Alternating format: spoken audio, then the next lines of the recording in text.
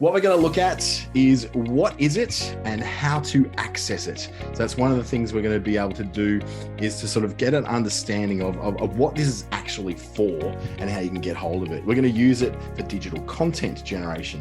We're going to then extend some of its capabilities to go into some more fun stuff that's going to be quite important when it comes to getting current stuff in there.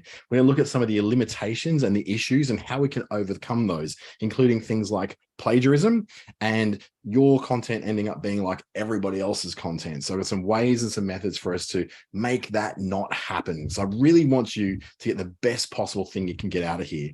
I've been watching all of YouTube videos so you don't have to, basically. So I was even watching them up to the last like 15 minutes and was able to incorporate one more tool in there that I went, oh my goodness, I didn't know that existed. That's amazing. So we've got some really new stuff in there. This is where you access OpenAI, chat.openai.com. You go there and you sign up for an account. It's free at the moment. I'm sure at some stage someone needs to pay for this because they can't run on venture capital for investments forever. But for now, it's free. So you can go in there and create your own account, and then it gives you pretty much unlimited access to it. I actually ran into a limit when I was working on writing all of my social media posts for one of my businesses for the entire year. I did it in one day, 365 social media posts designed in Canva, written with the assistance of OpenAI's ChatGPT, and got that. Now, the next day I did the same thing with another one of my businesses. For those two businesses, I don't have to do a single social media post because they're all scheduled now. They're all in. That included making graphics to go with them. So the power of this tool is kind of ridiculous. What it can do a lot more than these things, but it can do by generating text responses to your queries. You type in a question, it gives you an answer. You type in a command, it gives you the response to that. It can make suggestions. It can even give you advice. Where it really gets clever is it doesn't just give you advice as an AI, it gives you advice from the perspective of an expert. So it gives you the information that you're going to show you how to use all that, because just simply asking a question to ChatGPT is really just the entry level. Once you get past asking just general questions and asking contextual questions with lots of what we call modifiers, that's when the power of GPT really comes through.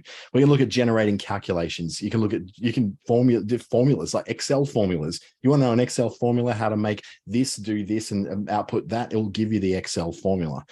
Code, it'll generate code. There's a bit of controversy in there. I think a whole lot of people who have been working in as software developers are looking at this going, actually, this is going to be a great tool to speed things up that could replace us. I've always said the first jobs to go when it comes to AI will be code. People who do code, people who do software development are the most vulnerable to this because so much of what they do will just be replaced. Providing instructions to tasks like recipes, for instance, or directions on how you go somewhere. It can do so many different things. What we're going to do is some of the stuff that makes it really clever. So it can respond within the context of what you're asking. For example, I can just ask it to say, what is the average amount? What is the maximum amount of mangoes that I should eat in a day? That's great. It'll come back and say, well, it depends, but no, experts say this. And I say, actually, modify that. Pretend that you're an expert in nutrition, working specifically with people who have diabetes. Based on this information, how many mangoes per day should I consume? And then what we'll do is reply in a context that is within that expertise. So you're not just asking a robot to respond, you're asking a robot who's pretending to be someone else to answer within the context of that person. Each chat, and you get multiple chats as you're going down, we'll see it live in just a second, it remembers the previous questions and answers it's provided. So for example, you say, generate me 3 points of why it's important to allow time to work on your social media. It'll do point 1, point 2, point 3. I can then say, expand on point 2 in simple language and casual and witty tone. And it will do that. It'll expand on it. And you can say, now expand on number 2. And it remembers what number 2 you're actually asking about. It can then modify info based on new information that you provide, just like I said to that. So you say, for instance, it gives you the answer to point 2, and you say, adjust the answer to point 2 in the context of the Australian social media experience. And then it will look at it as an Australian rather than just regurgitating American information. And it can be prompted to provide more unique and uncommon responses. So you don't always necessarily have to get the same answers that everyone else is getting, and you end up getting all the same stuff. So it's going to be giving you an opportunity to be a lot more than just simply question and answer. It'll give you questions based on a lot more stuff. So these are the things we're going to do. We're going to generate a list of social media post topics. We're going to generate a social media post. We're going to generate a list of blogs or podcast topics. We're going to generate the actual blog podcast outline and the content for it. We're going to ask questions and draw conclusions. We're going to generate an ebook outline and content for it. We're going to ask questions within a context. We're going to change the tone or the style of the response. We're going to generate instructions and strategies. Then we're going to get a summary of an ebook, and we're going to get a summary of a YouTube video. We've got a lot to cover today. So what we're going to do is jump live into ChatGPT. So what we're asking, the first question was going to be, the first thing we were going to do was to go and generate a list of social media post topics. This is ChatGPT and what it looks like. I'm going to open a new chat, and I'm going to turn off one of these plugins. I'm going to show you a little bit later about how that works. In ChatGPT, we can then just ask it a question. I'm going to say, generate a list of 13 social media post topics based upon the subject of, let's just say, holistic health.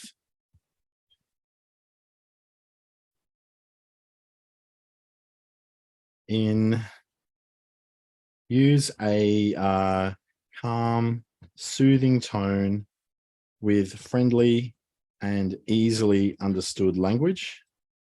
So it's going to pick up all these prompts that I'm putting in and gauge what it's going to say without that, without any new age or medical jargon. So what I'm trying to do is generate a list of really easy to understand ideas for social media posts that I can then write about. Let's see what it comes up to with basically that. I've got to refresh it because I have logged out. Let's log back in again. There we go. And again, let's give that a try. All right, so it's now generating the 13, the benefits of meditation for reducing stress and improving overall well-being, eating for balance, how to create a healthy and nourishing diet, the power of nature. Now notice how it's avoiding any of the kind of the woo language that you generally find in some of these areas. So it's looking about, how to find your inner goddess and analyze your chakras. It's not using any of those terms. It's using very easy to understand, very accessible terms. That's because I asked it to do that. I asked it to not use any new age or medical jargon. I told it just to talk in very easily understood language with a friendly and soothing tone. So nothing in there is very jarring. The power of gratitude, how a daily gratitude practice can improve your well-being. This has just given us a post a week for a quarter of a year, 13 weeks in a quarter. And so that's a quarter of a year. So that's a post a week. Now that's great. We still need to write those posts. So I'm going to take then one of these topics. I'm going to take number 5, and I'm going to say expand on point 5. Expand, I've got to type right. And it's going to give me then a bigger outline than just the topic. So it's saying exercise not only good for our physical health, but also has a positive impact on our mental well-being. So it's now starting to generate what we're going to put on there. Now, already I'm looking at this and going, this feels like it's going to be just a bit longer. Vince is telling me it doesn't have the ChatGPT interface, doesn't have the items below. Yeah, it won't. That's a plugin I've got, so you won't see that. I'm going to explain what that is very short, towards the end of this webinar, what that plugin is and how important it is to be able to work with. So that's given me quite a bit of stuff to work in with there. I don't need that much. I don't need to have quite that much stuff. What I want to do is reduce that down, summarize this into a shorter post in simple language and add hashtags, relevant hashtags. So this is when you start becoming more than just asking questions of it. You're starting to become a power user.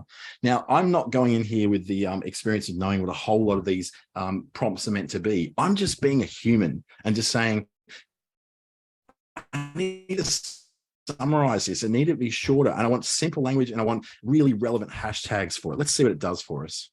Feeling down, exercise can help. It makes us happy by releasing endorphins. It's help us feel good about ourselves by achieving goals. And then it generated 5 individual things. So it's taken and summarized what could almost be a blog post into a social media post. So it's made it better. Now, what I can say is expand on this post by adding 3 short points to explain. So if I go, I just want that post to be a little bit longer. Feeling down, exercise can help. Then it breaks it into posts. Setting, achieving goals, exercise improves cognitive function. So now I've got something which feels like it's not quite so short. Maybe we could use this one up here as a tweet on Twitter. And we use this one down here, maybe on Facebook, where we've got a little bit more room to move. You can, of course, take off the hashtags. You can then modify what this is saying. So I can say, rewrite in a more formal tone. Perhaps that's the tone for you is a little bit too casual, a little bit too unprofessional. You want something a little bit less casual. So let's see. There we go. So we now start to use, words such as providing relief and the active exercise.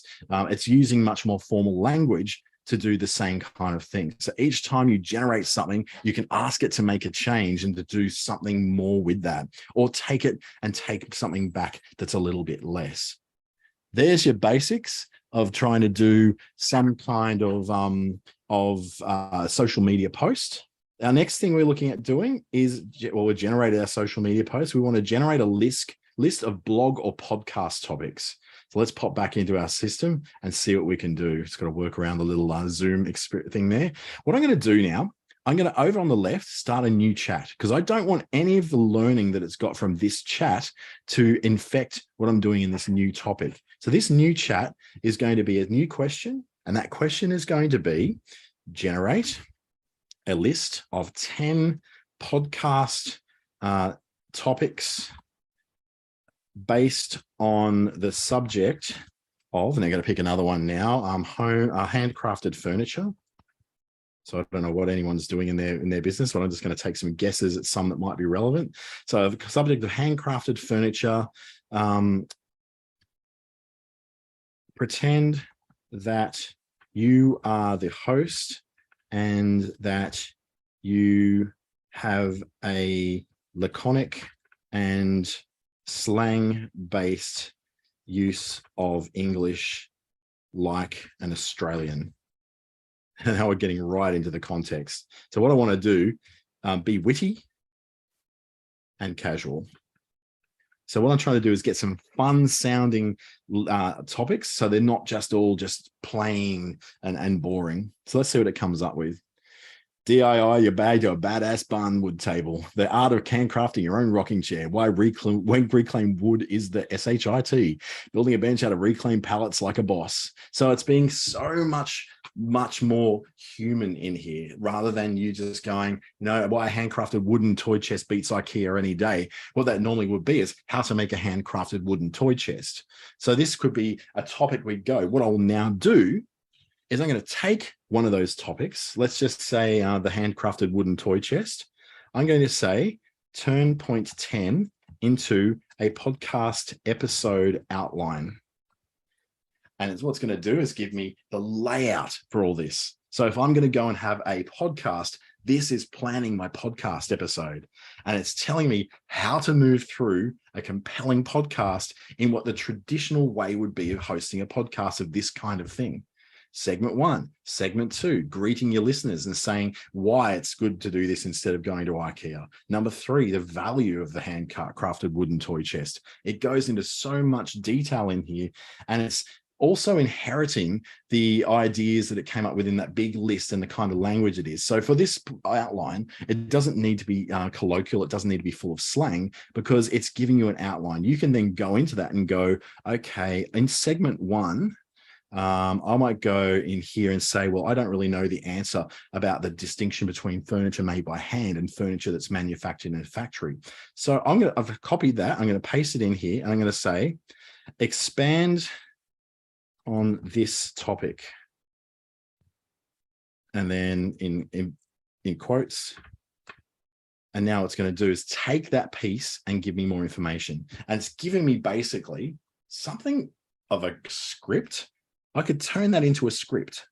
I could take that, turn it into a script, turn it into a blog post. I can then shorten that up and say, okay, in that one, what I'm doing is writing this outline. Now I've got to pull apart each part of the outline and get it to generate the information I want to talk about. But I'm going to take some of that, cut it down, and turn it into some social media posts. So what I'm going to do is once it finishes writing, it's going to a lot of detail. So you can basically generate the script for your podcast. And that's kind of what I've been doing for my podcast in the last couple of months, is using this tool to start to generate the ideas I'm going to talk about, and then generate the information I need to be able to talk about. How I talk about it wouldn't necessarily follow the script word for word, but it will allow me to then riff on those content, on that content, on those topics. So I'm just going to now break this. So split this response into into 3 relevant social media posts that are short, witty, and carry the same Aussie slang.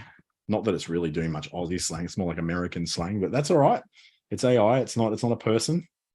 There we go. So post 1 is generating when it comes to furniture, effort and detail. Post 2, why settle for generic piece of furniture?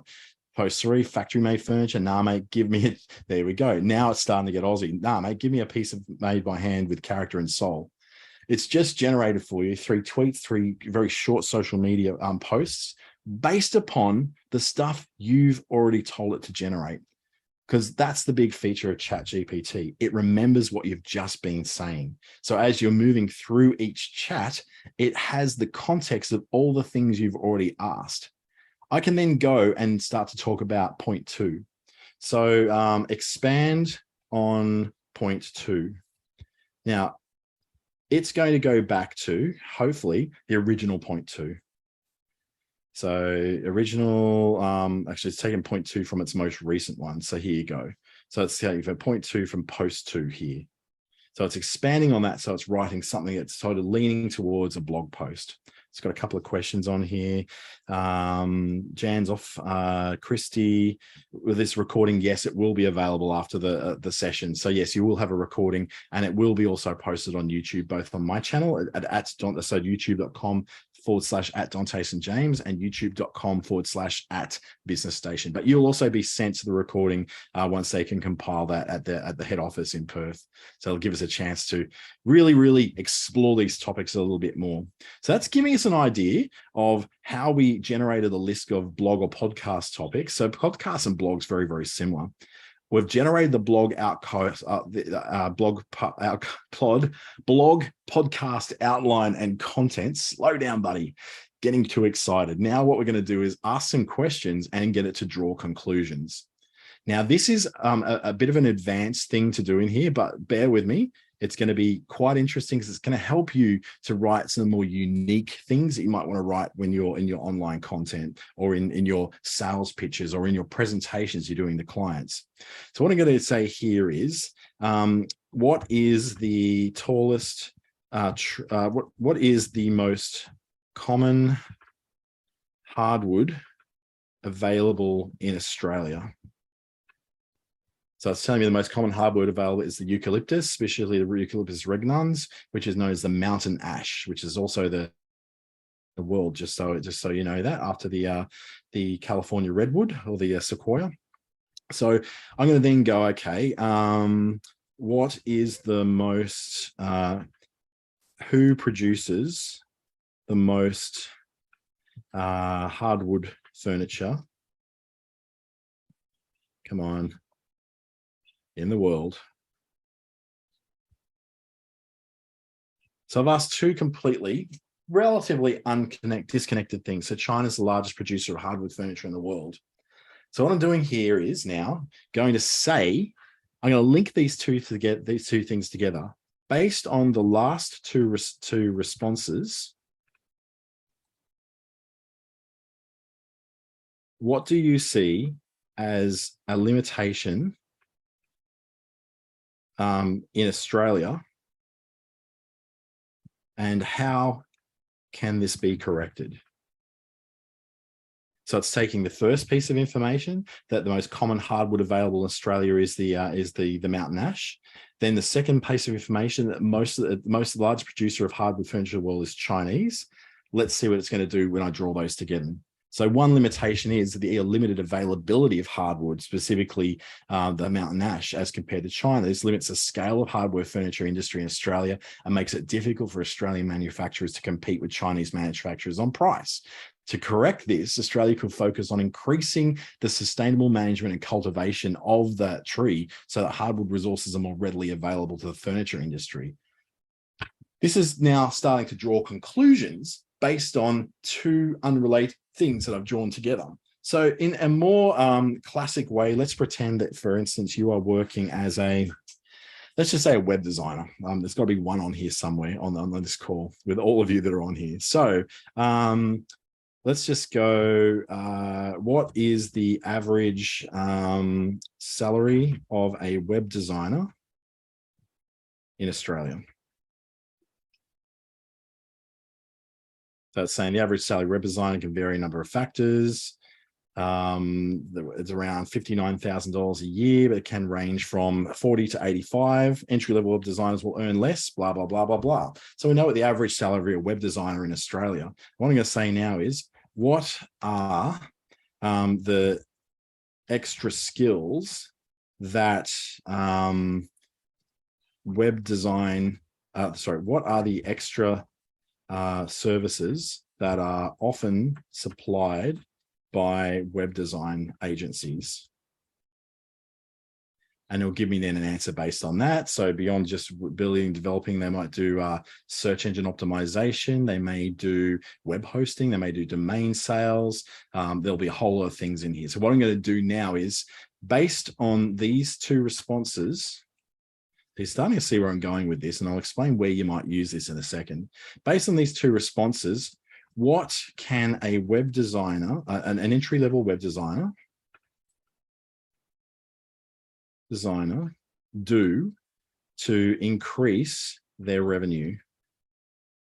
So I've taken all these things that the web development agencies do. I've then taken what they roughly earn, and I've asked it, based on these two responses, what can an entry-level web designer do to increase their revenue?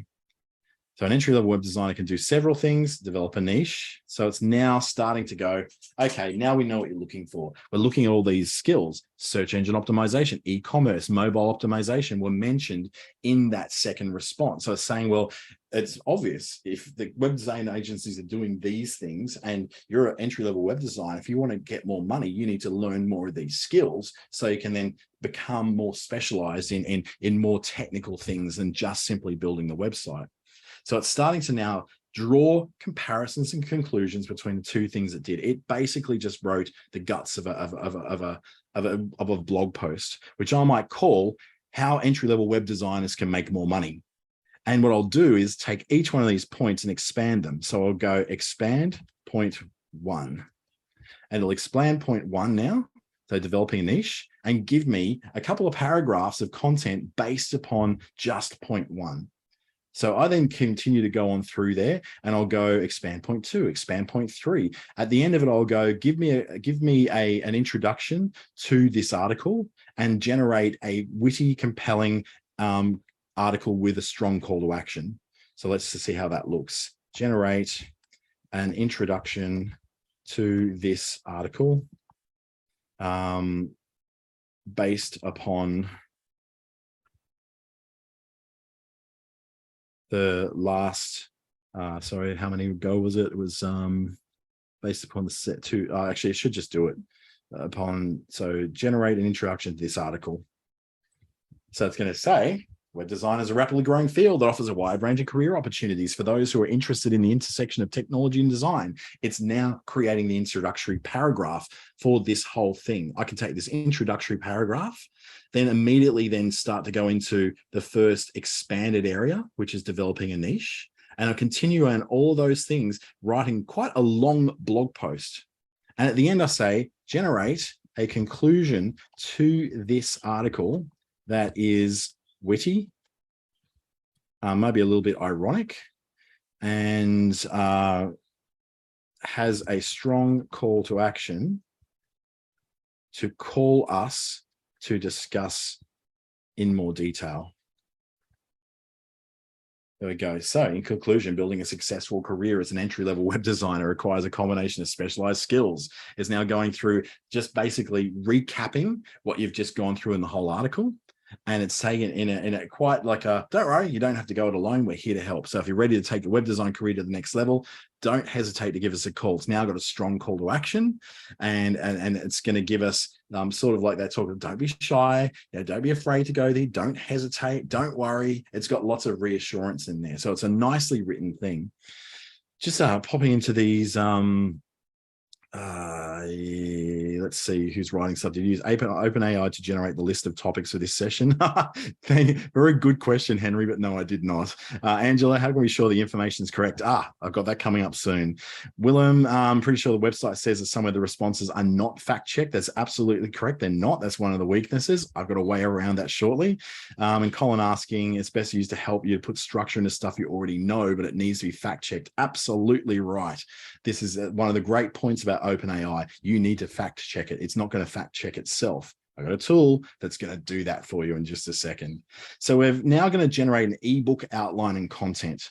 So again, I'm going to open up a new chat and we're going to say, generate an ebook of around an ebook outline for an ebook of around 25 pages on the topic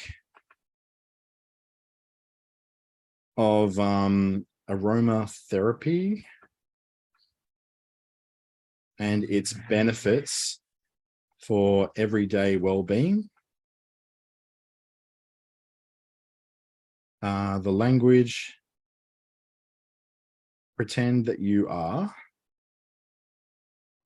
a qualified and highly experienced aromatherapist. Gosh, I'm terrible at typing today.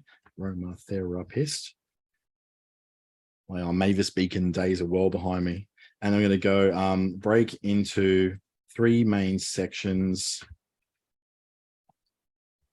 with a witty and compelling introduction, as well as a conclusion with a strong call to action to book a free consultation. So what it does, remember it's doing the outline for an ebook. This is much the same way as generating an outline for a blog or a podcast, any of those things. As a qualified aromatherapist, you will obviously need to fact check what these are and fill them out yourself. You can generate the in-between stuff as well, but I guess you do have to fact check it. So it's not like there's no human interaction at all. There's always got to be some human interaction. But it's Jesse just said it's great because if you make the spelling mistakes, the AI understands you. It does, just like Google. When you make these mistakes, it knows what's going on with it. So I've now got a 3-part that I asked it to do on on well-being over aromatherapy and its benefits, and then at the end it's saying it's going to talk about the holistic approach of aromatherapy for overall well-being, and then do a call to action. So I can expand any of those points in order to write my ebook that I can then have as downloadable on my website or through my sales funnel, through an email system of any sort of description I want. I'm sorry if I'm moving really fast too, because there's so much in here, and I know you are going to be sent the recording of this, so it will make it easier for you to follow up on this later. But this is more of an introduction, I guess, for how a small business would use all this sort of thing. Wow. So let's move on to the next thing. We are looking at, we've asked the questions, we're drawing the conclusions, we've generated an ebook outline and content. Now we're going to ask questions within context. So this is where I'm going to open up a new chat on the top left. I'm going to ask now, from the point of view of a customer, what are the most annoying things that happen in retail stores? So the point of view of customers, some of the most important things are long lines, unhelpful or rude staff, limited stock or out of stock items, dirty or disorganized store. I'm going to ask this same question, but now from the point of view of an employee. So from the point of view of an employee, what are some of the most annoying things that happen in a retail store? So from an employee's point of view, I reckon there's going to be a few Karens in here, customers who are rude and disrespectful, customers who are dishonest or attempt to steal. So I'm essentially saying the same thing. What are the most annoying things that happen in a retail store? But I've modified that question by saying, here's from the point of view of a customer, here's from a point of view of the staff who are in the store. So it just shows you that using ChatGPT takes into context the context of where you're coming from. So I could just say, what are the most annoying things that happen in a retail store? And it'll try to choose what it thinks I'm trying to ask. But if I'm saying specifically, this is who I am, I'm a customer or an employee, it will give me a very specific kind of answer for that person. So context is really, really important with that. So if you can add more detail, so notice I didn't just say what things that happen in a retail store. I said from the point of view of an employee. I could go into much more detail and say from the point of view of a customer in a supermarket,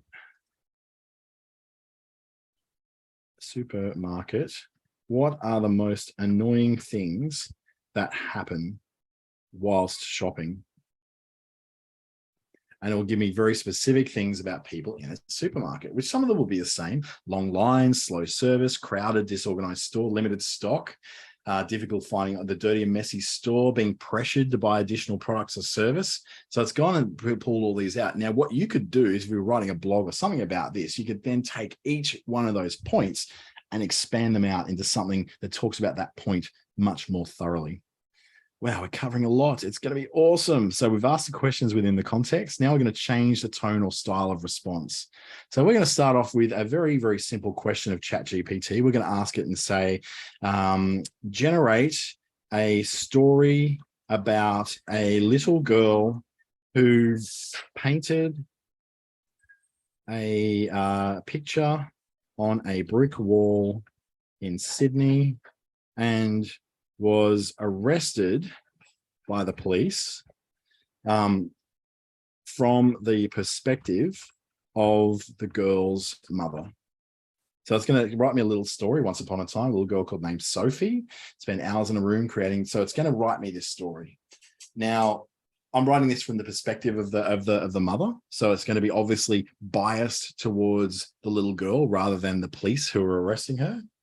So yeah, it's writing a whole story. It's going really well, and it'll eventually reach a point. So hopefully it's going to be a short enough story to fit into this. If it is too long, there's something we can do. We can actually ask ChatGPT to continue the story. So once it meets the end of its limit of text here, we can say, okay, now continue, and it will then continue to write the story. So she named the brick wall artist, so she's been returned. They released her, went so far as to preserve the mural on the wall and even made it a landmark spot in the city. That's a story. It wrote a story about a completely fictitious thing that I just made up, and it made it creative. Now, what I'm going to do and ask it to do, I'm going to say, change the name of the girl to Katrina and make the ending less happy and more of a moral conclusion. So it's now going to rewrite that story, and it's going to make the ending of it a little less happy because I'm feeling a bit dark. I'm feeling a bit like Wednesday Addams today, a little bit dark. It's now Katrina is the name, and it's going to give us some kind of moral conclusion. So it may change the approach of it. So she finished the work. The police arrived. They accused Katrina of vandalism, arrested her on the spot. Katrina's mother rushed to the police station. It's self-expression. The police officers weren't hesitant at first, but they eventually saw the value in the art. They released her, but charged her with a fine in a community service. So you see there's a twist in the story now because there's a moral aspect to it, and it's not as happy an ending. We're saying, well, the moral of the story is that while self-expression is important, it's also important to respect the rights of others and the laws of the land. So it's actually gone and rewritten the entire story. Can you imagine now writing a children's book? We've essentially written a children's book here. We could break that down and make it a little more easy in the language. We could make it the kind of end of story we want to make it. It's essentially just written a children's story that we can put into a children's book, but we just break it into what we want to do.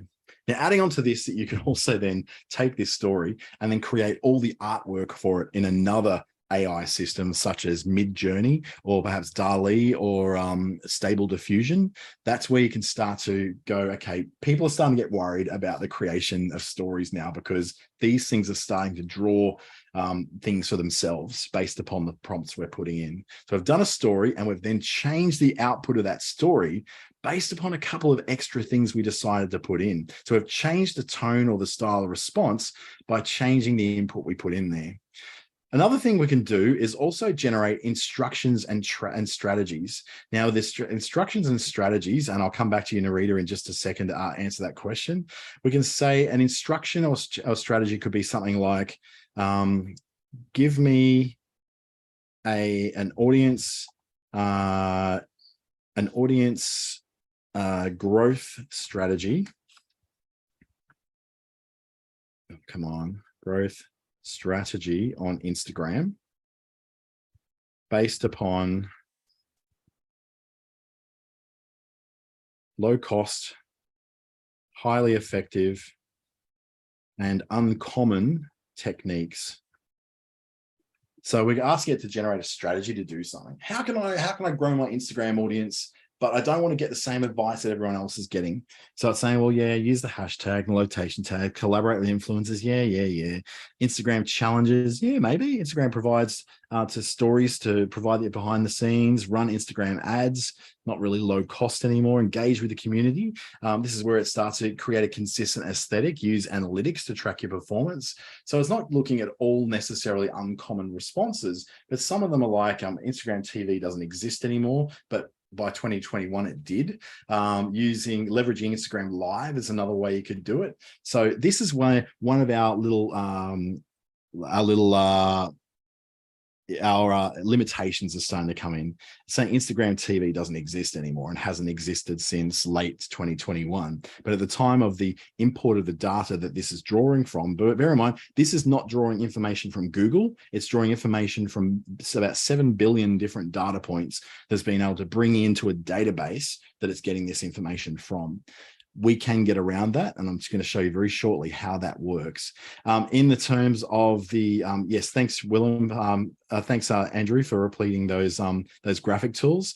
Narita was asking, will ChatGPT write in a language other than English? So what I'm going to do right here is I'm going to say, rewrite this in French, and we're going to see the magic. It's going to rewrite that entire thing in French. Or I can say, generate a list of the most commonly seen attractions in Darwin from the perspective of a tourist. Got to spell it right. Thank you. Perspective of a tourist. Give the results output in, let's just say, what's a language? Let's just try Korean. So an output in Korean. So it's just gone and turned that entire one we just did into French. So it's got a translation tool built into it, which is going to certainly change everything for us. It's going to make life so much easier. And yeah, it does. It helps your international socials. Totally does. And I've had people look at this and go, yeah, this is actually for true. I did some stuff with Hindi and it generated amazing Hindi. So I'm going to do this one with the Korean, and it's going to generate in Korean characters as well. There we go. So it's generating the most commonly seen attractions in Darwin from the perspective of a tourist with the output in Korean. So it's taking a little longer because this is a harder thing for it to do. So we're going, oh, okay, we're telling it to not just generate something it's used to generating in English, but we're getting it to generate it in Korean. So I can then translate that. So I can say translate to English and it'll see if it makes sense. So once it's generated those, it's just taking a little while to do it. It's going to absolutely get you to do so much more. This is why I make this out to be the most powerful tool that's come out in the last, and this only came out on November 30 last year.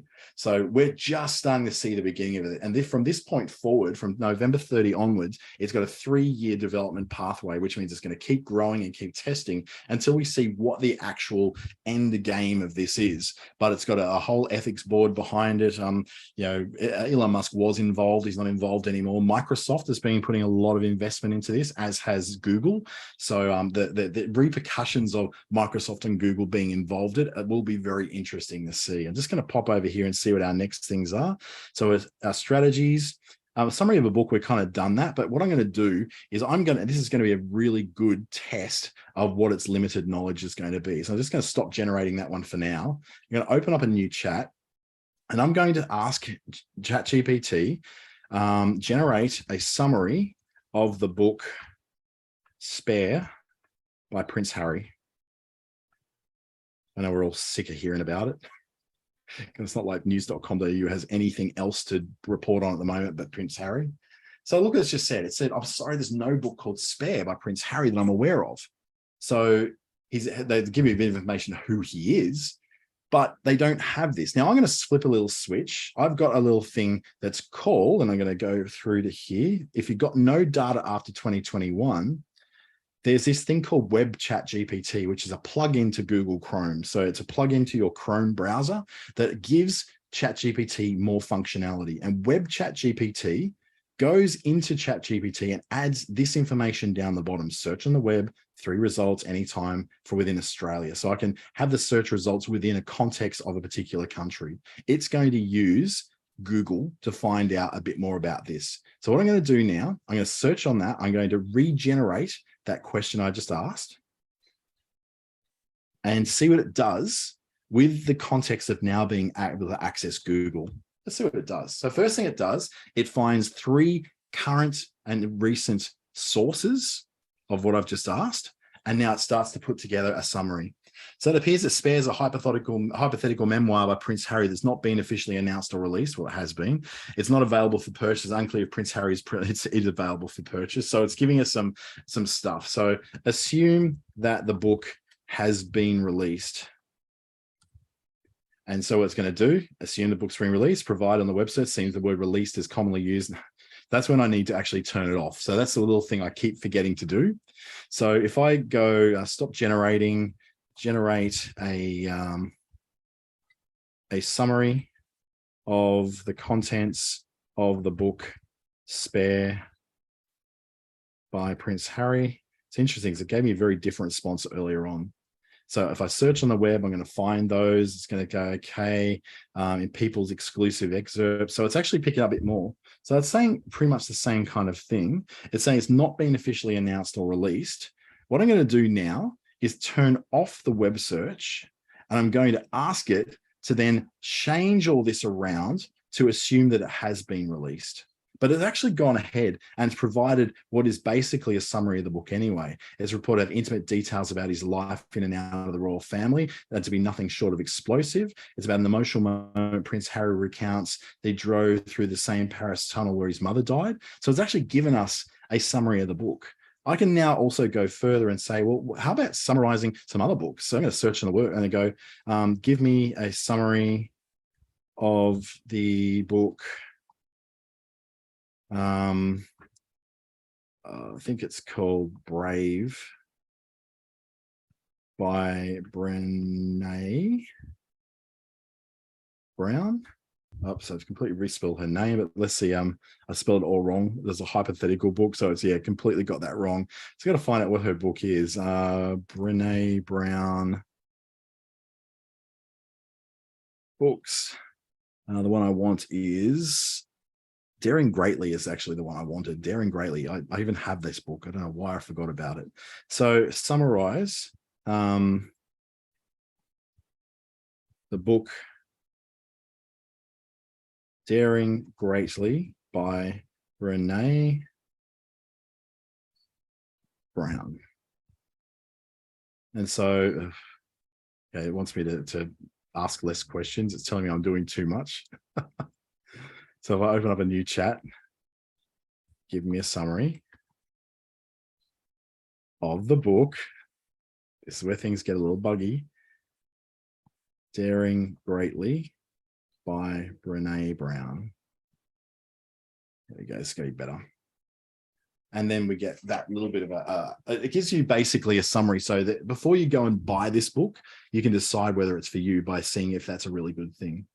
So it's really going to be very, very, very interesting. Tracy's telling us she's managed to overload GPT a lot. I've done the same, especially when I was, becoming someone who was very, very, when I was trying to generate all of my social media posts for a year, I overloaded it and told me to take a break. And so I just started a new account and kept going again. So this is some of the amazing things you can do. It really is a phenomenal tool. But what if I want to go to YouTube and I want to see not just a transcript of what was said in that YouTube video, but I want to see what it is in a summary. I want to summarize what's in that bloody YouTube video because they're so long and they rabbit on forever and ever with stuff in there like I do with my webinars. So there's a one called YouTube Summary with ChatGPT. So if I'm going to go to YouTube and I'm going to go into maybe my channel, it's going to something I watched or something I did watch or something I didn't watch. You can see all my Star Wars and Star Trek stuff. Not embarrassed at all. Sorry, not sorry. I'm going to go to my channel. Now I've installed this plugin. I'm going to go into maybe this one here to start your own newsletter fast. I'm not going to play it. On the right here, it's got a little extra thing that's been added in by this plugin. So this plugin here has created a transcript of the entire video. So that's the auto-generated captions that it runs in YouTube. And it's going to take all that. If I click on this little button here, which is View AI Summary, open a new tab, it's now going to give me a summary of what's in there. So it's put it into ChatGPT, and now it's saying the video is about starting a successful newsletter and covers various aspects such as the different styles of newsletters. Dante has had success with email newsletters and the fan of them. He also mentions he's a certified lead trainer. The video is brought to you by Business Station, and Dante is available for one-to-one consultations. So it's actually dragged out of all that information about what a summary is for this and a summary of who I am. So if you wanted to kind of take a summary of a video you've done and you want to get like something you want to write about in a social media post or in an email you want to send someone to summarize what it is you're sending them, it's actually very good at doing this. I'm going to go to something that isn't about me. So go into one of these, we'll go into this one about, no, we're not going to get all funny about the CCP falling in China. Let's just say something about the terror of papyrus, which is the world's second most hated font. So I've got a transcript there again. If I go View AI Summary, it's going to give me now its summary of what is in this video. So it's a font widely regarded as one of the most hated fonts in the world, along with Comic Sans. It's grown notoriety because it was used for Avatar. The designer is still active in the industry, has done work for the United States Mint. So it's given me a rundown then of who this is, and maybe that it was highly overused in the 1980s when new technology allowed for a lot more greater freedom in graphic design. And so it was commonly used as a body typeface for large blocks of text, and it was very hard to read. So it's then given me a nice little wrap up of what's in that video without me having to go and watch the video or read the affiliate links and all the selling propaganda they're going to put in their own description. It's actually taken what the content is and summarized it for me. So that might be good for you if you're looking to research things and you just want a very quick way of seeing whether this thing is actually worth following up on. So that's the YouTube side of it. Now, this is a very interesting part that I'm going to do. The basic problem we've got is that ChatGPT, I'm going to skip this one because it's really just quite boring, but this one is what about plagiarism and search optimization? So the plagiarism and search optimization part is basically the biggest concern that people have, because it's not just going to potentially plagiarize material that's already on the web, but then it's going to then start to build in problems with not plagiarism, but the duplicated content. So you're just going to be writing all the same stuff that everyone else that does what you do is doing as well, which means there's nothing unique, there's nothing new, there's nothing, it's just reproducing and regurgitating the same information over and over again, which of course is going to have some impacts on search optimization through Google and Bing, because they are the two major investors in this. Microsoft and Google are the two big money behind all this. Microsoft's about to give them another $10 billion. They've already given them $1 billion.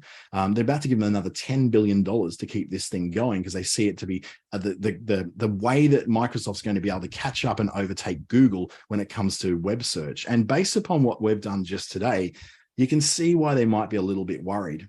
So there's a bunch of tools that I can use that get around the fact that they can detect AI-generated content already. They are also concerned about what this is going to do to the quality of what people are looking for online. So if you go looking for something, you want to make sure that the answers you're getting are full of quality and they're relevant and they're true and they're fact-checked. What they'll probably do is they'll start to downrank content that's AI generated. Now, Google's already got in its terms of service that it will downrank AI and automatically or robot generated materials. So how do you get around this? How do you find a way around it? I've got 3 things that I use, because I generate a lot of content every week. Even more now, I've got ChatGPT. I use a content rewriter called Quillbot. Quillbot is a paraphrasing tool. It takes what you've written, paraphrases it into something else. I then use Grammarly to check to make sure that what's been generated is nice and readable. And also it has a plagiarism checker as part of what it does as well. Now, this is I use the fully paid versions of both of these tools, but you can use the free versions and have some limited tools on there. It just gives you a little bit more stuff to do. Finally, what I do is I use another paid tool called originality.ai. Now, these things are still very much in their infancy, but it will look at your article and plagiarism check it, and also check to see if it has patterns that are very easily spottable about how AI will generally write. So I'll take you for a quick little tour about what these look like. So the first thing I'm going to do is I'm going to generate an article about, I'm going to turn off my search on the web because I don't need new information, an article about the benefits of having health insurance in Australia. So I was going to give you a quick little article that's going to tell me all about this. And it's going to be, I've done nothing about talking about like the kind of perspective or the voice I want it into. I'm just taking the basic stuff it's going to give me. Now, what this would do is almost straight away would, in originality.ai, which is over here, and I'll just quickly log in, it will automatically just say it's probably 98% chance that this is going to be something which has got, I haven't got enough credits because I've logged into the wrong account, I think, but that's okay. Log out. Where is my login? No, that's an account. I need to put more credits in. I should have checked that before I went in, but we'll check all the other pieces anyway, because even if I take this, it's going to basically come up through a plagiarism check and tell me that I've done, like, basically this has been completely plagiarized, all this info. So I'm going to copy that and paste it into Grammarly. Grammarly has got a tool. I've got premium. The free version will let you do a certain amount of this as well, just not as endless as what I can get. Copy and paste it in there. And I can say, okay, the goals I want for this, I don't really want any of this. What I want to do is take that and check this plagiarism checker, which is right down the bottom right here under plagiarism. So before I go and check the quality of it, I want to make sure that this thing is not completely riddled with plagiarism. So it reckons about 5% of it's plagiarized. So that's already a really good start. This is not pulling apart whether it can detect whether it's AI generated though. So generally, if I went over to originality.ai and I had the credits in there, and the credits cost about, I think it's a cent for 100 words. So I've done a fair bit of checking already. I just forgot to increase my credits. So about $20 you put in, and I got about 2 weeks use out of that. So if you're, but I've written a lot of material in the last few weeks. So once I've got all this in place, I've got the 2 areas where it's saying, okay, that doesn't really seem to have anything to do with what I'm doing. 10 steps to disaster preparedness is definitely not related to what I'm writing. So then I go, that's all fine. I can now go and put this back into this Quillbot. paste it in here, and then I can say, and now you get fluency and simple for free as part, standard and simple for free. What I'm going to do is look for fluency. So I'm going to take those words and go, how does it give me something that's very fluent, but it's paraphrased from what it originally was, and use some synonyms to make this thing a whole new document. So now it's changed it all. It's taken it from 313 words down to 297. Copy that back into Grammarly. And now I'm going to make Grammarly make it like nicer. So look, it's saying it's 100% original now. So it's actually really happy with it. But if I go back up to the tools that are do with making the writing nicer and a little less robotic, I get the overall score of 92. It's pretty good already. Let's look at their suggestions. So it's going to change important to essential. Yeah, I'll take that. I'll accept that.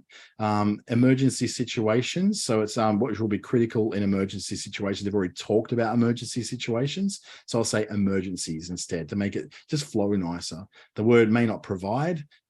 We'll say that to offer. It's a bit easier to read because I've set itself to be very clear and quite engaging. So I've got certain settings in here of how I want it to write.